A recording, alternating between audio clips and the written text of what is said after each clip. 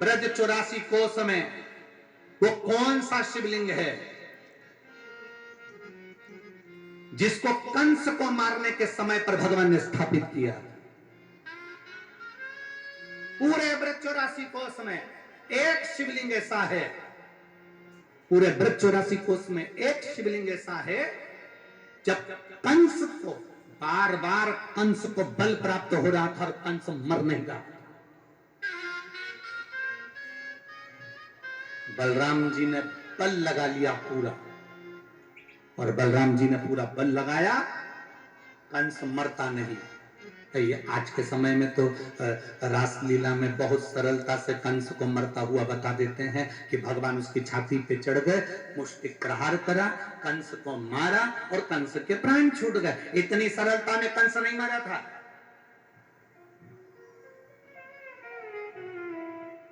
राक्षसों से पीछा इतनी जल्दी नहीं छूट जाता हो। इतनी सरलता में कंस नहीं मरा था कि तुमने रासलीला में देखा कि बस भगवान कृष्ण आए, छाती पर चढ़ गए, मुष्टिक प्रहार करा, कंस के प्राण छूट गए। इतनी सरलता में कंस नहीं मरा है। रावण को मरने में जितना बल लगा था, रावण के लिए भगवान राम ने 7-7 कर बाण छोड़े थे, फिर बाण छोड़े, फिर बाण छोड़े, आखिरी में नहीं मरे। तब हनुमान जी को लगा बात क्या है। तब हनुमान जी ने तुरंत उसी समय पर बुलाया, उसी समय पर विभीषण को बुलाया। विभीषण बता क्या बात है, ये मरता क्यों नहीं है? विभीषण ने कहा कैसे नहीं मरेगा, इसकी नाभि में अमृत है, बाण उठाओ, बाण और छोड़ दो। भगवान राम ने जैसे सुना रावण की नाभि में अमृत है, भगवान ने बाण उठाकर छोड़ दिया। बाण लगा नाभि के अंदर, पर रावण के प्राण नहीं छूटे।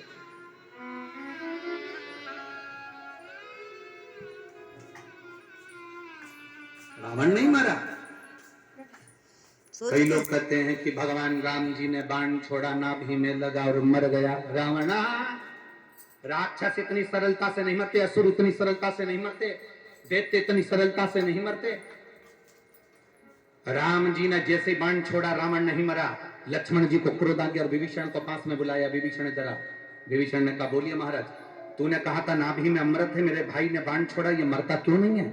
लक्ष्मण जैसे ही बोले, विभीषण ने कहा प्रभु मुझे तो जितना मालूम था मैंने आपको बता दिया, क्योंकि मेरे सामने लंकाधिपति रावण ने वर मांगा था ब्रह्मा जी से कि वर दीजिए कि मेरी नाभि में अमृत रहे, तो नाभि में अमृत दिया, जब वो सूखेगा तब तुम मरेगा। तो उतना तो मैंने सुना था, मैं आ गया। तब उसी समय पर विभीषण ने कहा इसके आगे मुझे नहीं मालूम कि मरता क्यों नहीं है। लक्ष्मण जी ने हनुमान जी को बुलाया, हनुमान जरा पता करो कि ये रावण मरता क्यों नहीं है। हनुमान जी जैसे ही आए, हनुमान जी ने कहा जो प्रभु आज्ञा।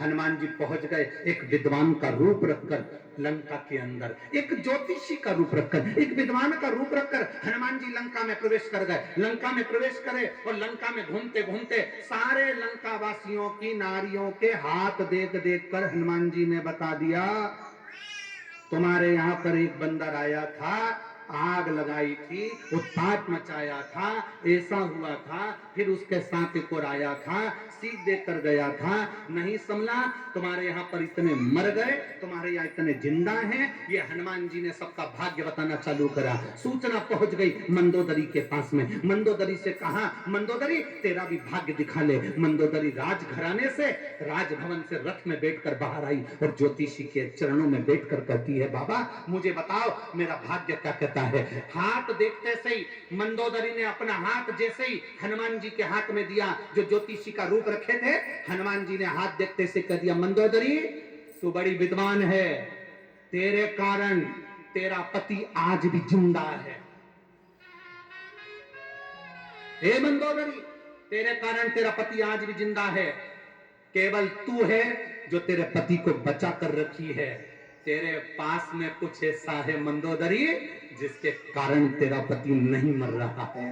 मंदोदरी ने हाथ जोड़कर कहा महाराज जी बिल्कुल सही कह रहे हो आप। मेरे पति ने जब तप करा था, तप करते समय मेरे पति ने वर मांगा था ब्रह्मा जी से मुझे वर दो, वर प्रदान करो कि मैं मरूं ना। नाभि में अमृत मांग लिया था। और मेरे पति भी बड़े विद्वान थे, उनको मालूम था नाभि में अमृत है, कभी भी बाण छूटेगा मेरी नाभि में लगेगा और मैं मर जाऊंगा। इसलिए मेरे पति ने ब्रह्मा जी से कहा था अगर नाभि में अमृत तुम दे रहे हो तो जो बाण मेरी नाभि में लगेगा वो बाण भी मुझे दो। और मेरे पति को ब्रह्मा जी ने बाण दिया, वो बाण मेरे पति ने मुझे ला कर दिया। मैंने उस बाण को अपने सोने वाले कमरे में जिसमें सोती हूं उसमें खंबे में चुनवा दिया। जब तक वो बाण राम के पास नहीं आएगा तब तक रावण मर नहीं सकता। खुद ही राज खोल दिया।